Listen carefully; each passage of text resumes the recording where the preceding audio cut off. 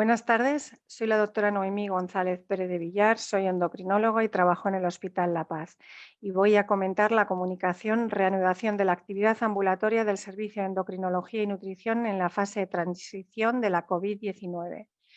Nuestro servicio es un servicio que está ampliamente distribuido en el complejo hospitalario, puesto que atiende en 2 de los 3 hospitales del complejo, así como en 3 centros de especialidades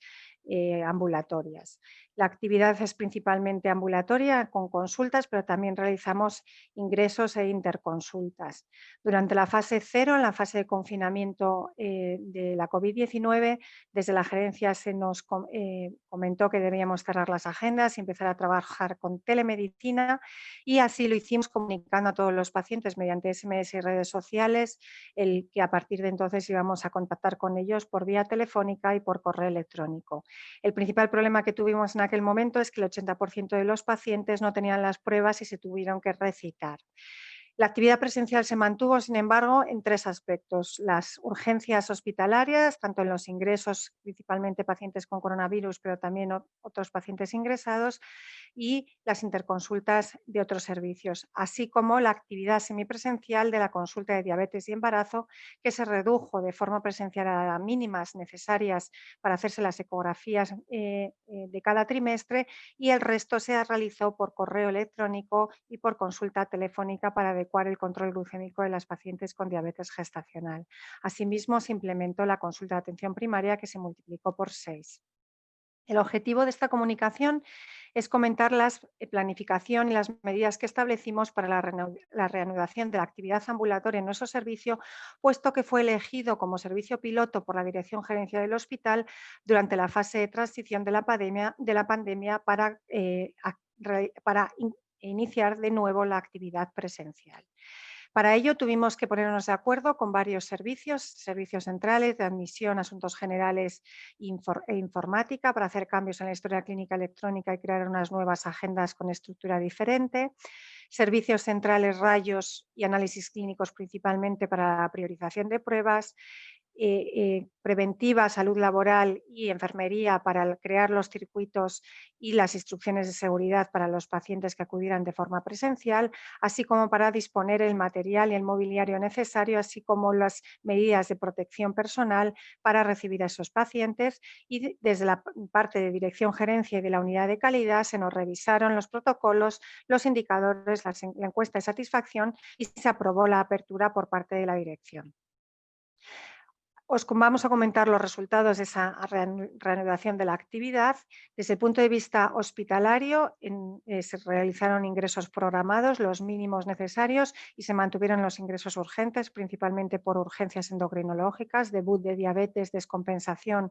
de hormona tiroidea o de hipófisis, y las interconsultas hospitalarias. La actividad ambulatoria se repartió en los centros de especialidades, tanto desde el punto de vista médico como de enfermería, y en la parte hospitalaria se mantuvieron las unidades de alta especialización de endocrinología, diabetes, obesidad y nutrición, con la creación de esas estructuras de agendas nuevas que ahora comentaré.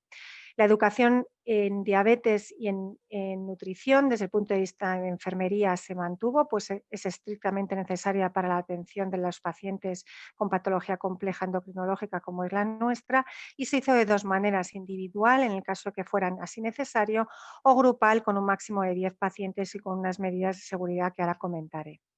La estructura de las agendas se pactó con los miembros del servicio y se realizó de forma que el 30% iba a ser presencial, tanto en las prestaciones de nuevos como de revisiones, y para ello los facultativos del servicio revisaban con anticipación esa agenda para decidir qué pacientes se veían presenciales y cuáles se hacían de forma telefónica, y el resto de las revisiones y de nuevos que no fueran presenciales, el 70%, se mantuvo de forma telefónica. Y lo mismo con la actividad grupal educativa, que se realizó en un 30% presencial. La estructura de las agendas se realizó de forma que los pacientes que acudieran de forma presencial no coincidieran en la misma agenda o en la agenda de ese servicio o de los servicios colindantes, que pudieran compartirse la de espera, y se intercalaban con las consultas telefónicas para que los facultativos pudieran realizar su actividad completa a lo largo de la jornada laboral. El circuito de consultas externas de endocrinología se aprobó por calidad y fue revisado por salud laboral y por preventiva, y se adjuntó con una serie de carteles indicativos para mantener las distancias y las medidas de seguridad en los pacientes que acudían a las salas de espera, así como el circuito de entrada y salida en el hospital. La gestión de la agenda, desde el punto de vista ya médico y de enfermería, se hizo acorde a las necesidades de cada paciente y centrado en cada paciente, y principalmente se estableció con un trabajo colaborativo por parte de enfermería, educadoras y por parte del facultativo, de manera que inicialmente las educadoras o las enfermeras, según qué unidad del servicio fuese, contactaban con los pacientes, eh, comentaban si tenían unos síntomas de enfermedad o si habían padecido la enfermedad, y si el paciente tenía síntomas o estaba en un contacto no podía acudir a la consulta. Se pedía que nos enviara por un correo electrónico corporativo que ya existía y que se sumó a otro nuevo que creamos para dividir la actividad y poder manejarla de forma más eficiente. Los pacientes enviaban por mail los controles, principalmente de glucemias, pero también de pruebas que se habían realizado en otros centros, fondo de ojo, ecografías, etcétera, y se les avisaba que el día de la consulta, a la hora aproximada que la tenían, el médico se pondría en contacto con ellos por videollamada o por llamada telefónica para, con las pruebas delante, poder comentar los resultados y ajustar el tratamiento necesario y ya programar la siguiente visita. La educadora también tenía una parte en esta última cita, porque tenía su agenda y también contactaba de forma individual o grupal con esos pacientes para poder reforzar la educación terapéutica.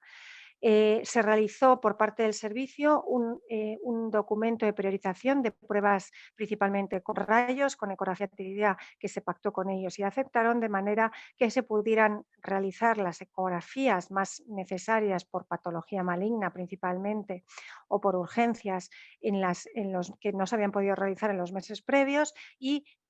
retrasar aquellas que no fueran necesarias para los meses siguientes, para poder así priorizar las pruebas y que los pacientes pudieran ser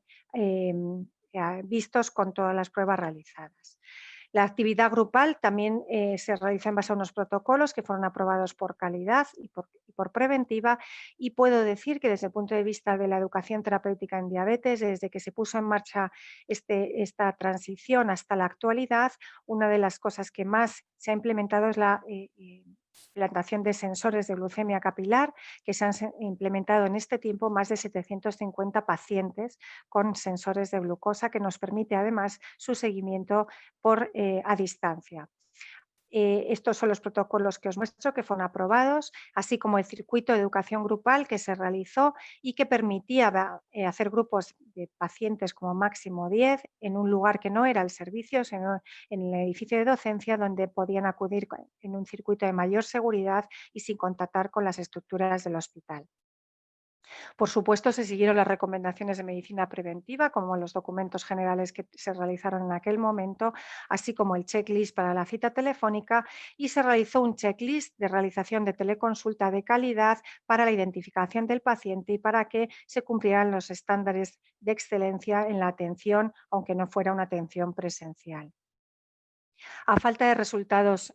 numéricos, que los tendremos a final de año, cuando se presentó esta comunicación, podíamos tener resultados cualitativos, en los cuales las conclusiones son las siguientes. La atención mixta presencial y telemática ha permitido continuar la atención de los pacientes crónicos y complejos de un hospital terciario como es el nuestro, garantizando su seguridad de manera doble, reduciendo el riesgo de contagio por un lado y atendiendo a su enfermedad por otro lado. Esta estrategia requiere un trabajo multidisciplinar muy bien coordinado, no solo dentro del servicio, sino también con los servicios centrales y admisión y asuntos generales, para que la comunicación de las nuevas listas de agendas pudieran ser eficientes y los pacientes recibieran la información de la consulta telefónica o presencial y acudieran cuando tenían que acudir.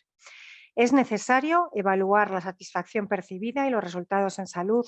de estos meses para poder planear un cambio a futuro en nuestra atención ambulatoria habitual, que sin duda vamos a realizar, puesto que nos ha permitido conocer que no todos los pacientes deben ser vistos de forma presencial.